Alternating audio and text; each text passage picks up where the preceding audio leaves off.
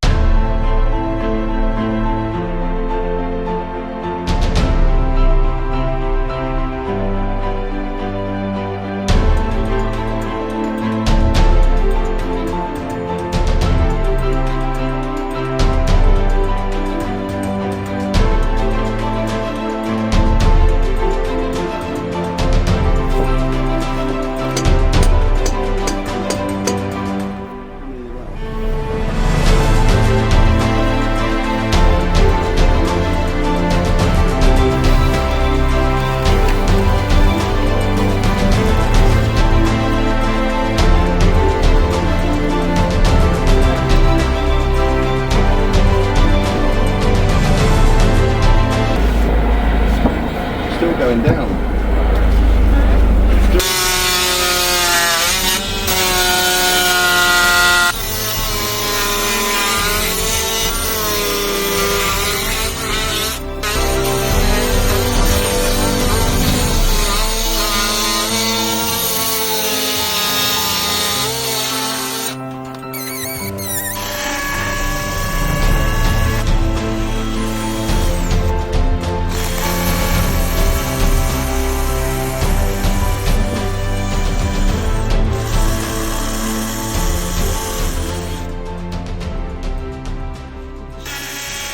Okay, so we've exposed the colony.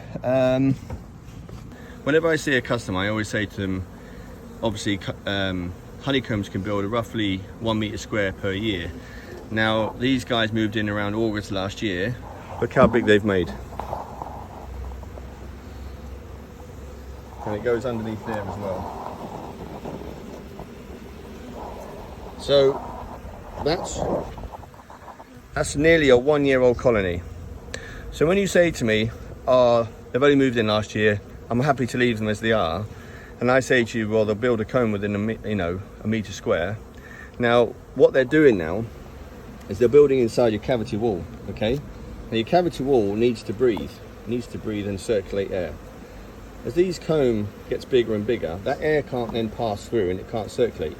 And then inside your house, you'll start to then get mold and damp and all sorts of issues with that wall. You could even have peeling wallpaper. Now, that's not going to be straight away, that's going to happen over a period of years. Now, as the comb gets older, as the colony gets older, so the comb then gets bigger. So 5 years, 10 years, 20 years, this comb could then reach the whole of this cavity wall, and then you're in a lot of trouble, because then it's a lot more work to get the bees out. Now, I've had to remove all of these bricks here just to get this colony out, and it's not even a year old. So you can imagine how many more bricks I would have to remove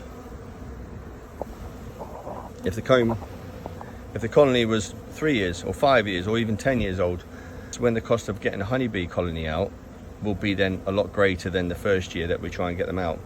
So if you look a bit closer as well, they're festooning.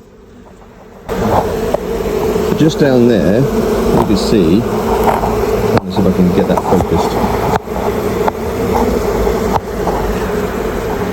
I don't know if you can see there, the bees are currently what's called festooning. Festooning means they're measuring up the space to start building more comb. So they festoon to build this lot. They're now making measurements to now build the next lot.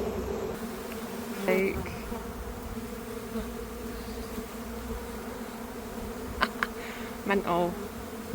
This is really cool.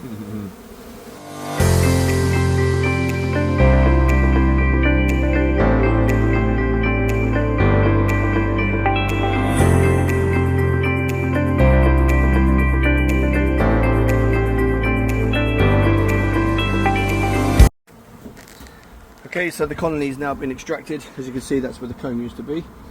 It was all the way underneath here and just on the extremities of this wall here.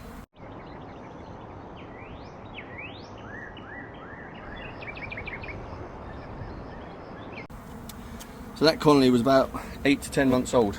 So they've obviously built quite a lot in a very short period of time. The queen is now in the box. She's in there with all the brood. If you look, they're all fanning.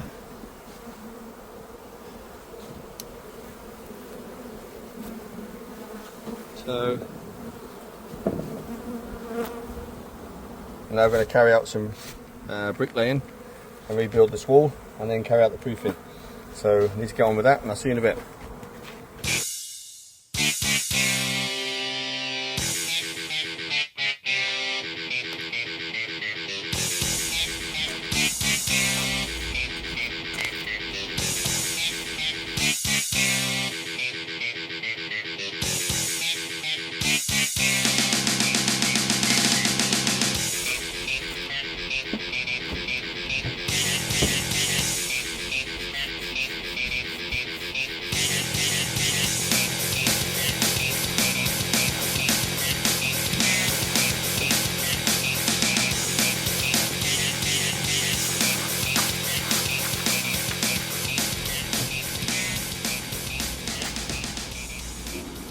So that's it, the job's complete.